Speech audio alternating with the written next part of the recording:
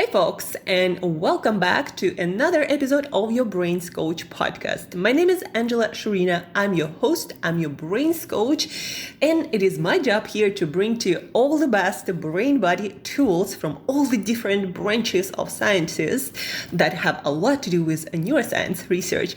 Bring to you all of these tools so you could get a hold of your full brain's potential to make better decisions, to have better thinking, to take better actions, and ultimately to look, feel, and do your absolute best. So today, folks, is 5-Bullet Brainy Monday. I'm still getting used to this title and what I was inspired by to give it 5-Bullet Brainy Monday name is Tim Ferriss' 5-Bullet Friday newsletter. Check it out if you haven't yet. I learned so much from Tim Ferriss,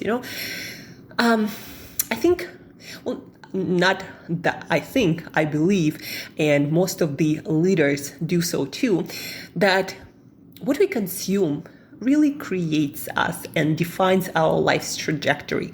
So folks, make sure that you consume good stuff that makes you objectively better and turns your life trajectory to the needed direction, right? So be very conscious about what you consume, especially what lands in your mind. So now let's get down to practice. Bullet number 1, how to oxygenate your brain. This is in exploringyourmind.com, a very interesting article, kind of a summary of research and what's been going around in the circles of high performance, self-improvement, and just overall health. Oxygenation of your brain really matters, folks. It matters for how energized you feel or how much fatigue you experience, your concentration, your ability to focus, your ability to stay alert and to learn, and for memories. All of that depends on how well your brain is oxygenated. Your brain, believe it or not, consumes 25% of the oxygen that enters your body.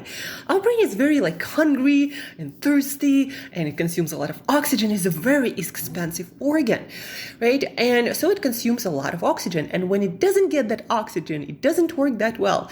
And that's why you can be experiencing fatigue, troubles concentrating, and brain fog, and things like anxiety, and a lot of other things that you might believe it's something wrong with your brain. Well, maybe there is, but maybe the reason is your lifestyle that creates this condition of poor oxygenation of your brain. And when this happens, your brain just again doesn't work that well. So in this article, they talk about different effects that poor oxygenation has on brain performance and ultimately on the quality of your life. So lack of oxygenation is also a factor that affects your mental health. At the same time, states like anxiety make it more difficult to oxygenate your brain. This leads to the weakening of your mind. In turn, this favors depressive states, right? So you experience depressive states and anxiety and low moods and blue moods. The reason might be poor oxygenation of your mind, of your brain specifically as an organ. And then also things like problems with your sleep. That also can be the result of poor oxygenation of your brain. So how do you keep your brain oxygenated? Well, healthy lifestyle, folks, works specifically healthy and robust and rich movement patterns, meaning sitting on your ass for several hours straight. It is not great practice for oxygenation of your brain. That's why when I work with my high-performing clients who are interested in maximizing their brain's ability to deliver results, to think clearly, to make great decisions, to have this focus, to not waste your energy and other resources. Like when I work with my clients, I make sure that first of all, their step count is where it needs to be. So somewhere around, between 8 and 10,000 steps. They say research says that you need to accumulate scientifically about 8,000 steps to be in your optimal health. And then we move throughout our day. So every 30 minutes, we do something active. I call this fitness breaks, fitness snacks, but basically every 30 minutes, I make my clients, unless they have a desk solution that has adjustable height. So for example, you can work seated or you can work standing. So in that case, or some of my clients even have the standing treadmill desk. So those work really well for oxygenation of your brain. But, some people just like myself, I don't like working standing. So I just usually incorporate those fitness breaks every 30 minutes. But obviously research also recommends no less than 15 minutes of exercise every day for oxygenation of your brain, and just moving throughout your day is very important. It is also not enough, folks, to just move for 1 hour a day and then just sit for another 6, 7, 8. They say that on average people sit about 10 hours a day. Like, that is a very bad practice for oxygenation of your brain.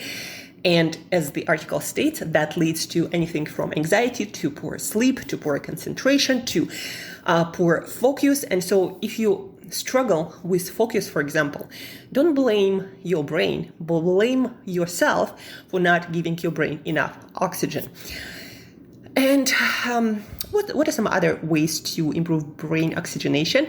One of the most powerful ways is to have good posture that allows to oxygen flow freely through your system, through your lungs and towards your brain.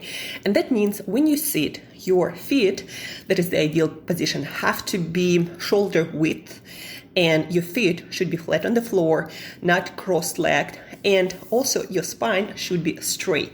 And it's not just because it looks better or it preserves the health of your spine, it actually creates better blood flow towards your brain, and that blood delivers that oxygen.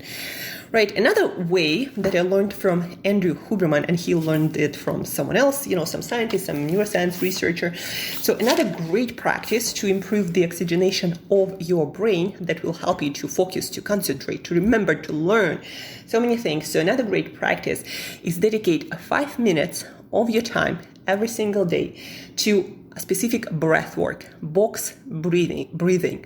That is, you breathe in for the count of 4, for example, you hold for the count of 4, you breathe out for the count of 4, and you hold for the count of 4. 4 doesn't matter that much, as long as it's equal. Breathe in, hold, breathe out, hold. That will work. It improves your heart rate variability and oxygenation of your brain by changing your breathing patterns in general. So that's another very powerful practice, folks, to oxygenate your brain and to change the way your brain works and performs.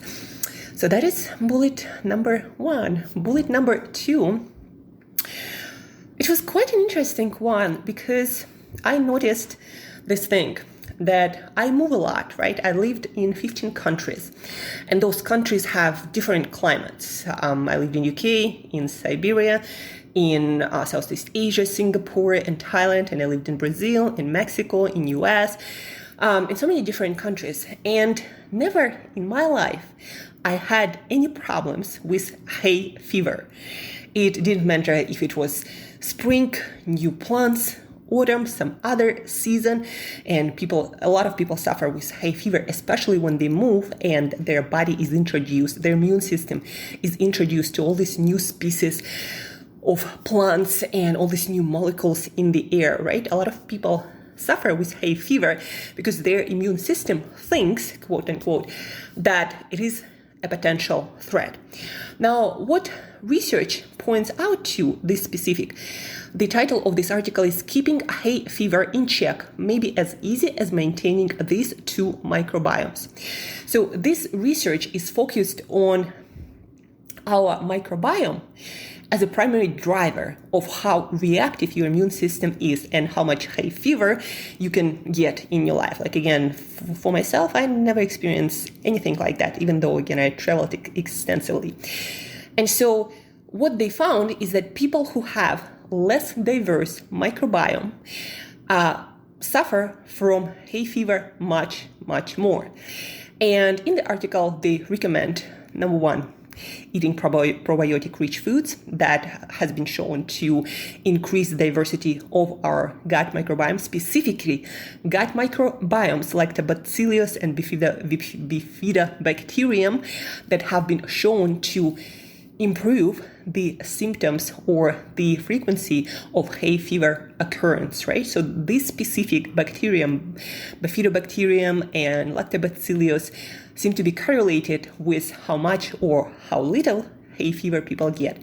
And so what they found, what they recommend is eating probiotic-rich foods, and that is, naturally fermented yogurts and kefirs and kombuchas and sauerkraut and kimchi. What Andrew Huberman recommends to eat, what research has been shown to eat 2 servings at least a day of fermented foods, and that can translate into 400 milliliters of yogurt. That can translate, in 200 grams of sauerkraut of kimchi. So every single day when you do that, your microbiome will get more diverse and you will get less hay fever. That may interrupt your life and decrease the quality of your life, right? And the second practice is, now that you got all this microbiome, those microbes from your fermented foods, now that you got this, the second practice is eating variety of fibers, specifically fibers that feed those gut microbes that create short chain fatty acids that are so beneficial to our gut and to regulating our immune system. And where do you get those fibers that feed those bacteria that create short-chain fatty acids? Well, you get those from eating, let me scroll down a little bit on the device here. Eating things like bananas, onions, garlic, asparagus, artichokes, whole grains, beans. These contain special kinds of fibers. They call them prebiotics that feed those beneficial gut bacteria that again regulate the immune system, that helps you to have less hay fever. So to sum up this bullet, folks, if you experience hay fever from time to time and you'd like to experience less of it, work on your gut microbiome, not on getting better medication. And to do that, you eat probiotic-rich foods and you eat foods with fiber. Just eat a lot of natural foods with fiber. Things like grains and beans and onions and bananas and all kinds of, fruit and vegetables and beans and grains and nuts and seeds. And that's the best practice to improve your immune system through your gut. And by doing so, improve your hay fever situation that I personally am just not familiar with as an experience. And the next point, when positive affirmations do more harm than good. This is from Psychology Today, really good resources. What you need to know to use them effectively. I'm talking about affirmations here. Key points. Using positive affirmation is not a one-size-fits-all approach to better mental health.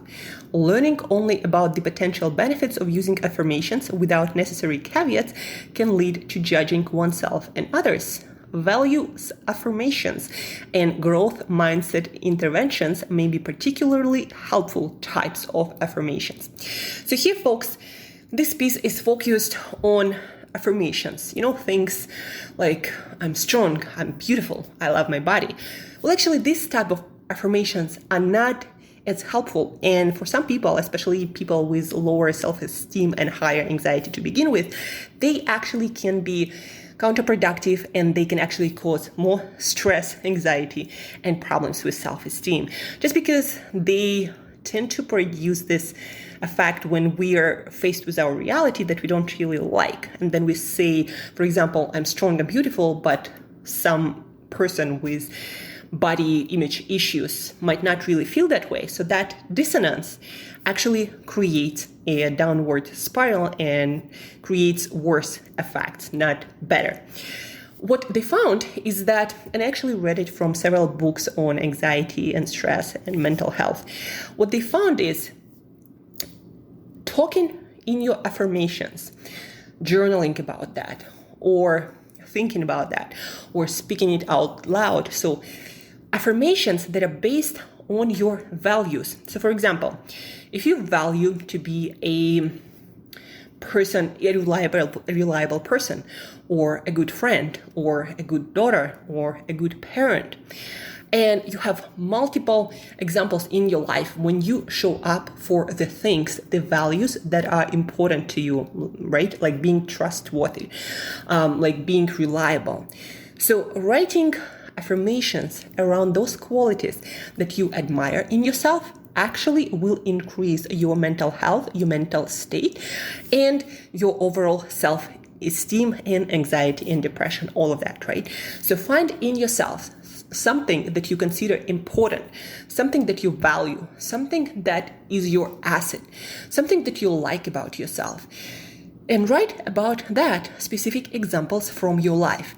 And that will create this powerful mental state that will pour over into other areas of your life. And that feeling of being powerful because you acknowledge your values and how you deliver on them, that will pour over into other areas of your life where you're gonna start taking more powerful actions. And there is nothing better for your mental attitude, mental state, and mental health than being in that powerful state where you are the driver and you take positive actions towards goals and aspirations that you have, right? So value affirmations work really well. And then also growth mindset in affirmations. What it means is, what helps me personally, instead of saying I'm great at business to somehow manifest great business, my skills in business are not that great at the moment, right? So it triggers that bullshit detector. I'm like, no, not really. You don't have a track record to say that, right? But instead, what I say is, I'm improving my business. I'm becoming a better, badass entrepreneur. Every day, I'm dedicating part of my day to learning something about business, and I'm getting better. And these kind of statements, they do not raise any bullshit detectors because they are true. I am working on my business. I am learning every day. I am improving every day. And so as I learned in other areas of my life where I'm really good, I'm skilled, right? Like coaching or nutrition or fitness or high brain performance, like where my skills are truly almost exceptional. What I learned in those areas, at some point, I wasn't that great. But then I worked on it, worked a lot, and then I got really good at it. And so the same is true for all other areas, especially the more biographies you read, how people totally transform themselves. That is true. When we work on something, we get better. And so this kind of affirmations, like I'm getting better at this, about areas that you are not that great at. Those kind of affirmations, if you're working on it, that you're improving, this also works really powerfully. And why is that? Because it puts you back again in that driver's seat where you're not a victim, you are the lion, you are the driver, you are the captain of your ship. And being in that state, being in the driver's seat, that feeling is the most powerful thing you can do for your mental health and mental state, and just your attitude to life and what you're going to do with your life, right? So values, affirmations, stating what you value and how you act on those values, producing positive results, and growth mindset affirmations that basically affirming your work and you working on areas that you're not that great at. So those affirmations are the most powerful according to research to improve your mental health, mental state, and ultimately, what you do with your life. So that's point number 3 about positive affirmations and what actually works. Now, point number 4, the title of the article is the article on mental health posted on World Economic Forum journal. And the title is, there is a kind of stress our brains don't notice, and it's burning us out. So this article is based on the book by Karen Dillon and Rob Cross, co-authors of the new book, The Microstress Effect. I might pick up this book, folks, and do a deep dive on it. So what the authors of The Microstress Effect talk about, and what this article is all about, is that in our life, we have those kind of stressors that we don't even call stressors. Like somebody told us something that was rude or maybe insensitive, or like, I talk often to my parents, and sometimes my mom will tell me, well, that picture wasn't good, right? And you're like, what is it about this picture? Is it me? It's not like you start questioning yourself necessarily a lot, but that creates this, micro stressor, like, or that wasn't bad, somebody thinks not that great about me, it creates this like negative feeling, but we brush it off, because it's not really a big deal, it's just an opinion, etc. It's something that the person didn't even mean to create this kind of any negative connotation or a negative vibe. And so we brush them off, and our brain also doesn't register it as something that we need to deal with, something life-threatening, like a stress. But what they found in their research, the authors of the book, is those things, they accumulate. And when we don't deal with them, they create the kind of stress that our brain doesn't register, but it causes this energy leak. And it sits somewhere in our brain and accumulates and burning us out and making our energy leak, our physical energy. And at the end of the day, it just contributes to the level of stress that we start to experience, the level of stress that just doesn't go away because we don't address any of that. And in their work and in this article, they say that that can actually be contributing to a lot of stress that at the end of the day will burn us out. And so what they propose is to actually deal with that. Like if there is a stressor that micro stressor, you don't even call a stressor. There is a situation like maybe in the morning you have an interaction with your loved ones, maybe your kids, maybe your spouses, your boyfriends, girlfriends. Maybe you have an interaction with your teammate or your boss or your employee. You have this interaction and it's consistent and it creates this a little bit negative vibe. So deal with that. Like talk to this person and figure out how you can eliminate this micro stressor. So all of these strategies are about that. Don't just brush it off as unimportant, avoiding little confrontation because it is that unimportant. No, actually address that if that's something that always comes up and you can deal with that. Now they have another strategy is letting it go. And letting it go, let me see. Yeah, and letting it go is about things that you can't really control, but they give you this, a little like jolt of stress. Maybe it's morning traffic. Maybe it's being, on a busy street. Maybe just going through stressful interaction somewhere in your day, but you can't really control or talk to this person to change the situation. Then learn to let it go. Just acknowledge that this happens and then focus on something positive. That will have an effect because now you acknowledge it and you don't brush it off, and then you refocus your brain to something positive, acknowledging that this happened and this is okay. And then also the resilience network, that's another strategy that they suggest because what they say is that usually in our lives we have one or a couple of people who we rely on to help us deal with stress. Might be friends, might be family, might be spouses, and we share with them our problems. And again, that may be just one or two people for most of us. And so what they suggest is try create the resilience network or a lot of different people who can help you to deal with stressors in different parts of your life. And that will work much better because one person usually cannot help you with everything. And plus, it might be too much for them to handle. But when you have different people who can hold the space for you or help you to deal with certain stressor better than, somebody else, and you can kind of distribute your stress management with all of these people, that works much better than, again, just rely on one thing. But that, I think, works in everything in life. Don't just have one solution, have multiple solutions. So you don't put too much stress on that one thing or one person, but instead you have multiple solutions and you don't stress this person or thing that you solely rely on.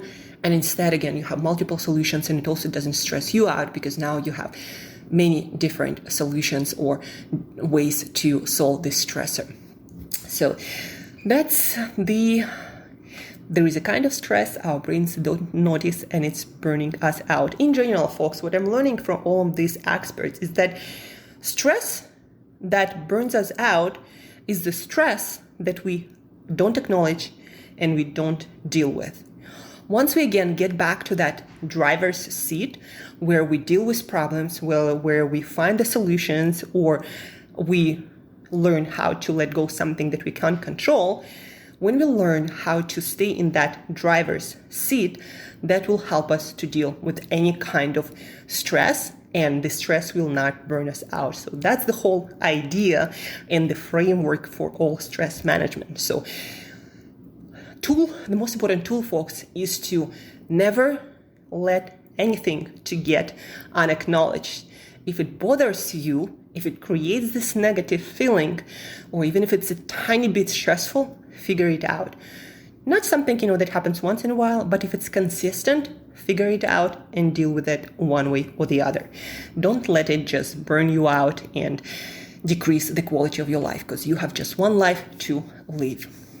So that's bullet number 4, and we have just one more to go. And that one is from neurosciencenews.com, one of my favorite websites, because they kind of do what I do. They connect neuroscience research with all the different areas of our health and performance and lifestyle that have to do with the brain, but then also they change and improve the quality of all these different areas, whether that's work or health or our body weight situation, or our relationships, or things like personal development. So the title of this article is "Watching Others Indulge in Junk Food Can Curb Your Appetite and Aid in Weight Loss." Summary: studies show that advertisements showing people eating junk food can actually prompt those on a diet to eat less. The research found that the mere sight of someone eating junk food is enough to put dieters off it. This is because mental imagery, including that of food consumption, can activate similar neural networks to those linked with actual performance or experience. So this article was kind of interesting because you wouldn't think that exposing yourself to more of what you don't want will help you to have less of it. Like specifically about food, right? If you don't want to eat ice cream, probably you don't want to be thinking about ice cream. That the logic goes. What they found is that actually watching someone eating that ice cream might make you feel that you had this ice cream and you don't want that much of that ice cream anymore. The series of experiments they did were not about watching a person or going to an ice cream shop or going to a pizza shop. The studies they did were solely about imagery. Like somebody would watch TV where people would eat junk food, or somebody would see a commercial where people would eat some candy, and then they would give that food to participants, and one part watched these videos and one part of people didn't watch those videos, and then people who watched would eat less than people who didn't watch it. And so now they think that maybe for people who find it difficult to avoid junk food, etc., find it difficult to eat less, maybe it is beneficial to actually watch those scenes where other people eat those foods, because that will make them want less, because they kind of get the experience without the actual eating. And the second part of it was about how watching those people eating those foods make a lot of dieters more conscious about their healthy eating resolutions, and so they kind of feel bad in advance, and that's why they don't indulge in those foods that often. It kind of makes sense and also doesn't. So when I work with my clients, I usually recommend to them to not expose themselves to a lot of imagery of different foods or substances, like, ice creams and chocolate or whatever that might be for a person. I usually recommend to not expose themselves to imagery of those foods, But now I might rethink that strategy. And also what kind of bothered me about these studies, they didn't do these studies where they would ask people to actually go to, let's say, pizza shops or candy store and watch someone eating those foods there. Like, I would think that the smells, the actual real-time experience would create a little bit different effect, or a lot different effect, where people would find it harder to resist the smells, the sight of all of those foods and people eating a lot of those foods. I would think this actually would work against people's goals to eat less of those foods. But in the article, it seemed they didn't do any of those experiments, so we'll see how it's going to work out. But folks, if you do struggle with trying to avoid junk food or highly caloric food or whatever that might be, if you struggle with that, you might try this for a couple of weeks, right? Every day, watch, like, when you have an intense craving for, let's say, an ice cream or chocolate, instead watch a video of someone eating that and indulging in that. Not just the imagery of an ice cream, no, someone eating that. There are plenty of videos on YouTube, people eating food. So just watch that and see what's going to happen to your craving. Might be an interesting experiment to do on yourself. Right, but treat it as an experiment, because studies show this, but you never know how it's going to work out for you. Go in it with no expectations and see what happens. And that's about it. That concludes our 5-bullet Brainy Monday. From oxygenation of your brain to keeping hay fever in check, to when positive affirmations work and what to do with micro stressors so they don't burn you out without you knowing that, and to watching others indulge in junk food to help you with your weight loss efforts. So you learned all of that. And right now you have a whole bunch of strategies that might help you to work through your specific issue, whether that's, concentration and brain fatigue that you struggle with, or maybe it's your weight loss and not eating certain foods, or maybe it's improving your mental health, mental state to show up in the world powerfully, or maybe you struggle with hay fever. So all of these tools are available to you on this podcast, in this episode. So re-listen to it as you need. If you'd like any of the resources that I mentioned to have it available, please do let me know. I'm going to share the links with you. Reach out to me. The best place is Instagram, Angela Brain Body Coach, or my email, angela@brainbreakthroughcoach.com. So those two channels. And what else? Don't forget to share this with other people who might struggle with the same exact issues that we talked about today, and they just not sure what to do. There is so much information that is not science-based, that is pure nonsense, or somebody's case study that works only for this one person, right? So help other people. Share this podcast. Screenshot it, share it on any social media where you find yourself at.